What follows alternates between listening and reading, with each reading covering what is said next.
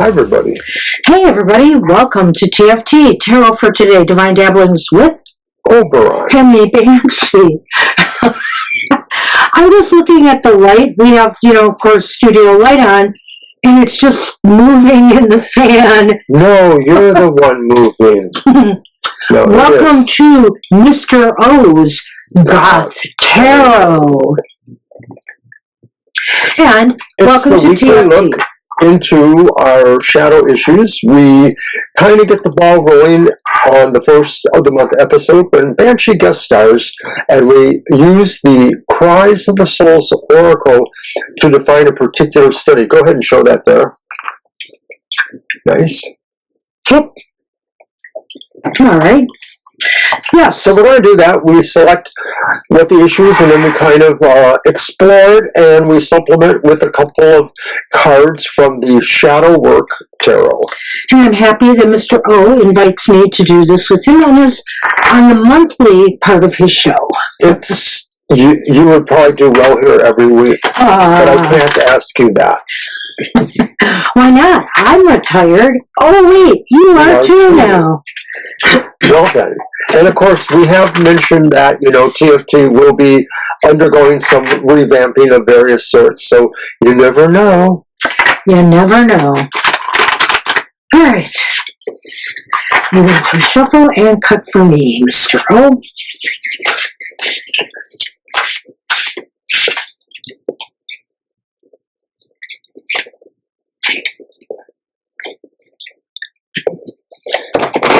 When you get down to it, a lot of shadow work does tend to revolve around codependence issues, things that we can't quite give up and or that we allow others to enable us, to repeat the behavior or to not directly confront it. So this is hoping that we identify things that people can feel they can work on. Indeed. Let's see what we've got for this month. So this is what is haunting us this month. Oh, we have had this one. Mm-hmm. It is the Dark Passenger.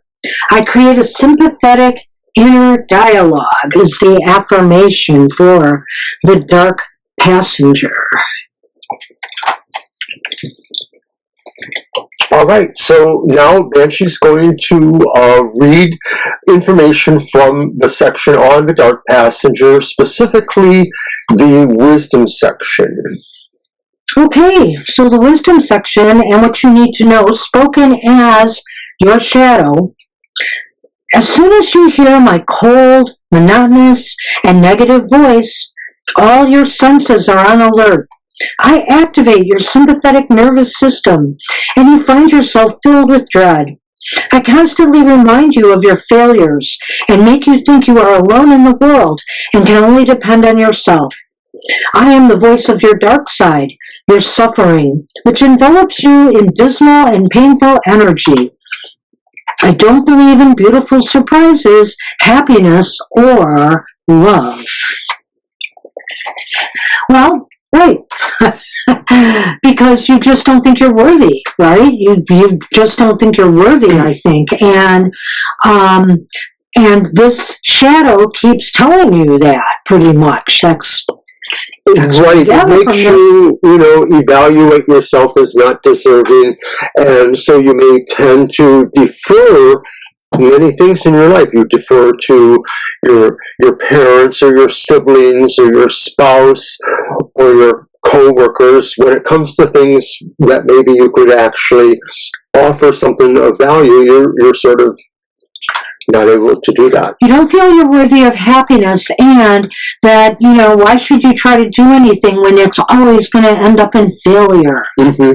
You predispose yourself to thinking that nothing will work out. You make it your shadow helps you make it a self-fulfilling prophecy. Ouch. Ouch. Meow. Meow. All right. So I believe we will now move to the supplement section, and then we're going to supplement that with a tarot. All right.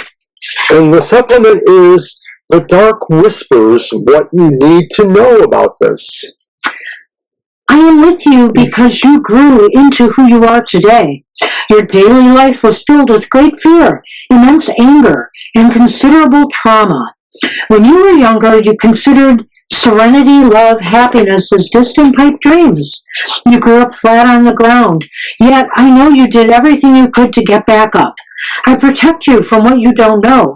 And when you let yourself be led by me, you stay focused only on yourself and never confront your fears. I halt every action aimed at change. Because change is scary and you feel more vulnerable than many. It's possible, when I look at this card, I feel a sense of some people who have been bullied in life, some people who may have suffered, if not physical abuse, emotional abuse by trusted family members or friends. And like I said, it seems like it lends itself to bullying, so that you fear, doing anything and stepping outside the little world you've created for yourself. You won't call attention to yourself. If you need to stand up for certain things, either for yourself or maybe somebody else, you may defer from that because you realize that puts you in the spotlight where you are least comfortable. Okay, I guess you're going to shuffle those two. Oh, yeah. And this additional card represents something else we need to know about the Dark Passenger and or its effects on us. One more time. I like to do 3. We only shuffle once, right? Because we just pick from the deck after that. Correct? Right. Mm-hmm. Do I cut? So this is our working deck, yes, and I complete the cut. Shuffled, yeah. All right. Completing the cut. So this is another Dark Whisper. This is something else you need to know about the Dark Passenger. And it's the 7 of Wands. Oh, see? And it tells you the thing that you most need to do, that you are probably the least able to do, or the least able to try to force yourself to do, to stand up for yourself. Right, we can both see that. That's the basis of this is probably that central issue, that anytime something puts you in that position where you might have to correct somebody or try to point out something, anything of that where you may have to use your voice and or a certain sense of presence to project not just your power, but just your correct attitude, you can't do it. You back down from it. But it is the thing you need to do the most that could possibly break the spell here. The wounded child within, has her back up against the wall, basically. The 7 of Wands is a very adulty card for young people to have to do that and defend themselves, against bullying or people pressuring them. It's hard. It's hard reality to take. And I think here, your wounded child within, hurts, is injured by this. Because the one thing about the 7 of Wands is that I always feel it puts you on the defensive, that you are standing there defending yourself, defending your ground, defending what you believe in, defending who you are, but you're not taking the offensive. And I think it's because, the shadow tries to keep you from changing. Wow. Well, that's pretty worthy then. I can't add too much to that. It just feels like, yes, we sometimes expect everybody to fight their own battles, and in some respects that can be true, but not always, not sometimes when you've been beaten down this low, So let's move on to the dark drama, which is how others or external or outside events may trigger this inadvertently or otherwise, that brings us back to you creating this cycle. And so for that, we only pull one card from the Shadow Work Tarot. So here it is. Oh my gosh. So this opens up everything because, of course, the outside events are usually things that have emotional tolls in one way or the other. And so every time you possibly just even hear about somebody else who maybe reminds you a little bit of them, or maybe you aspire to them. When these things happen to them, or when these things are known to happen to other people, they may trigger this in you. Well, I like that, but I also feel here that this is a card of sorrow, and what's triggering you is other people. What outside factors, other people, other circumstances, things that are outside your comfort zone are triggering this reaction in you too, this sorrow, this darkness, this inability to experience happiness, because that's what that card said. So I sort of feel, that's why the Three of Swords came up here, because even just trying to deal with things in your daily life, maybe work, you're very fearful and shy and intimidated on the job, or you find jobs where you can fly under the radar and, nobody bothers you, or you choose to work solitaire. Whatever the case may be, I feel here that, the more you're around people, the more you feel triggered by the sorrow, because you see happy people, right? Mm-hmm. And you can't be happy. You see sad people, and of course, like you said, you'll be triggered by that as well. So there's a sense of a quagmire or a quicksand effect, that the harder you try to maybe free yourself, you can't. And some of that, of course, is the emotional damage that doesn't allow you to think of yourself as worthy of surviving. And so you may fall into that pattern and just let it, pull you down more. Right. All right. The dark truth, what you must accept. And this is from the Cries of the Soul, again, the warning section. You can force me into silence. I am with you because your system of distrust is breaking down, and you're experiencing events that invite you to trust, love, and share in positive ways. I appear to activate your armor and urge you to be wary of all positive things, turning off the music and lights and telling everybody to go home. But you can open yourself up to others, yourself and your life. You can be who you are with passion. Be aware of all of this. Don't let me snuff out the beautiful light that is emanating from you. I am not the voice of truth. That's right. It is not the voice of truth. It's, it's a defense mechanism to keep you in place. It's not your truth, though. That's not who you are. That's how how something inside of you has chosen to force you to react to these situations in this manner. This shadow is not your truth, and you should not believe the negative things it says. In other parts of the weeks of Dark Tarot, I talk about things like the dark avatar, which is maybe a persona that you create to sort of be the analog, to say, it's not really me, it's sort of this other aspect of me. And so that's a sense of that here too, in a way. A facade that maybe we're using here to hide or cover our true feelings or our orientation to all this. Yeah. And so, could you read that position again? Okay, the dark truth, what you must accept. Yeah, what you must accept. Accept the fact that this shadow is not your voice of truth. I think that one line there really does say it all. All right, and so we also draw an extra card. This also represents the idea of the dark truth you must accept from the Shadow of Tarot. And it's the reversed Eight of Swords. Well, what you must accept is you can free yourself. You can free yourself from this. It's like this warning card actually said. It said, hold on. You're experiencing events that invite you to trust, love, and share in positive ways. And so you can really open yourself up to others, yourself and life, but you have to realize that this voice that's trying to hold you back is not the truth. Well, the other part of the dark truth that you must accept, looking at that card, you realize that there's another thing here too, that this is something you believe, but you maybe falsely believe it. You imagine that you can't get away you really do have this power. Right, right. You know, it's doing a really great job of keeping you in place, or some of us, I should say. And the Eight of Swords here says, free yourself. You have the key.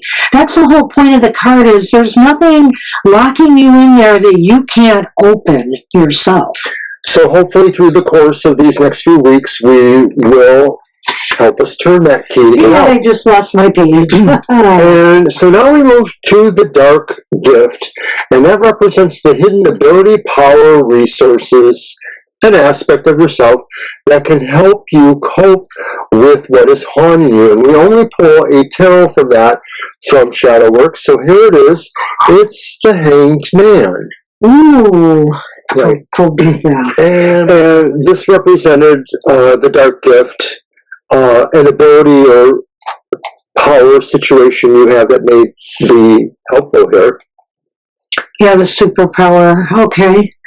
So, what is the dark gift? The ability to pull yourself back, take a long, hard assessment of your situation and why you're responding to things the way you are, why you are holding yourself back.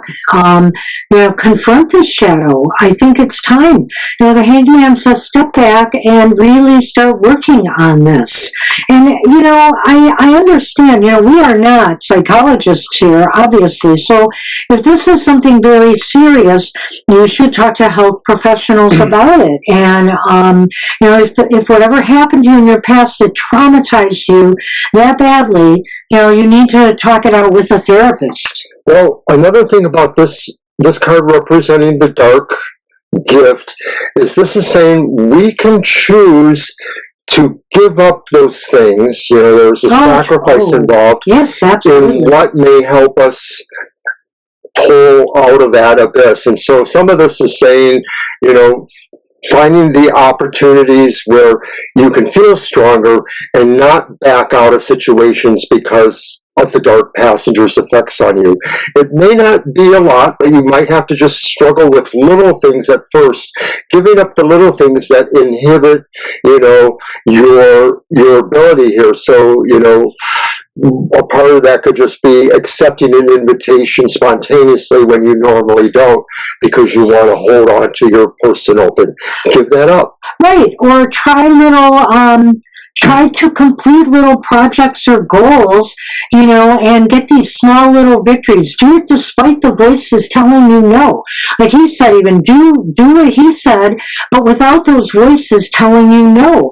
Or despite the voices telling you no. Because, you know, we have to learn to live with our shadow. And sometimes that also means the shadow, of course, has to learn to live with us.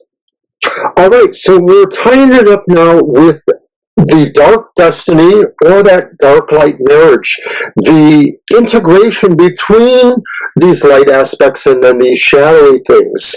So we're going to the moving forward section of the Cries of the Oracle, and then we will pull one last card from Shadow Work. I am aware of the suffering I have caused you and the struggle I created within you.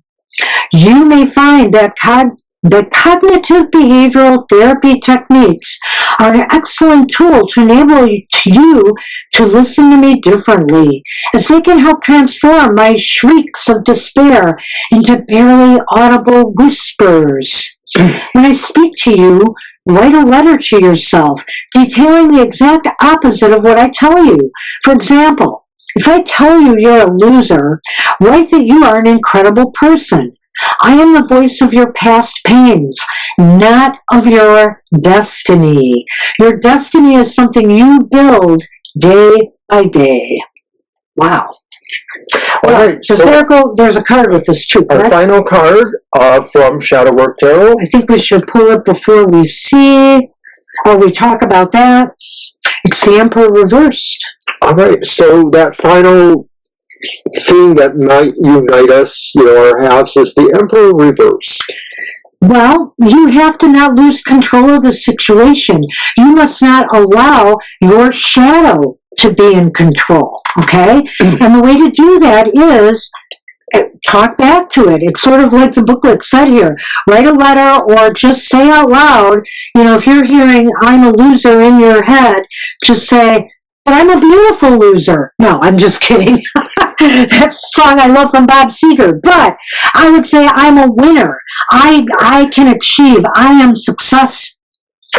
I like the Emperor reversed here. I think it's a strong reminder because when we're looking through these things going on because of the Dark Passenger is sort of like your worst backseat or Sunday driver personality. The person who's trying to act like they don't really control you, but they want to control you. And of course, the irony is that it's a part of yourself that won't allow yourself to have your own autonomy. It's being limited or filtered through others' perceptions or things that have been beaten down on you. So the Emperor reversed really says you have to kind of act out a little bit here in a way. And like Banshee says, talk back to these shadow aspects. Talk and question and say, why does it have to be that way? And of course, this sounds really great this first time, but we're going to have to work on it over this month. Absolutely. And like the moving forward suggested is that, cognitive behavioral therapy might be a good support for people who are feeling extremely, affected by the shadow. So, many of us can try to do things on our own to do our own shadow work, etc. But do never, ever, ever be afraid to ask for help. As a matter of fact, if you are, that just might be your shadow talking, telling you that, no, you are beyond help. You're beyond anybody's help, or no one can help you. And you tell them they're wrong. All right. Right? So that's it for our first segment of The Dark Passenger for Goth Tarot. Our first segment? Are you inviting me back? Maybe. We'll see. I'm just kidding. Mr. O can take it from here. And I'm sure there'll be things that come up. I think this was a very interesting reading, and that it came up a second time could indicate that some of us are still grappling with this, or maybe some new people who are catching the show. This might be for you. So we want everybody to take care. Thank you, Mr. O, for inviting me again. And my pleasure. I'll see you another month from now. Thank you. Take care. Bye-bye.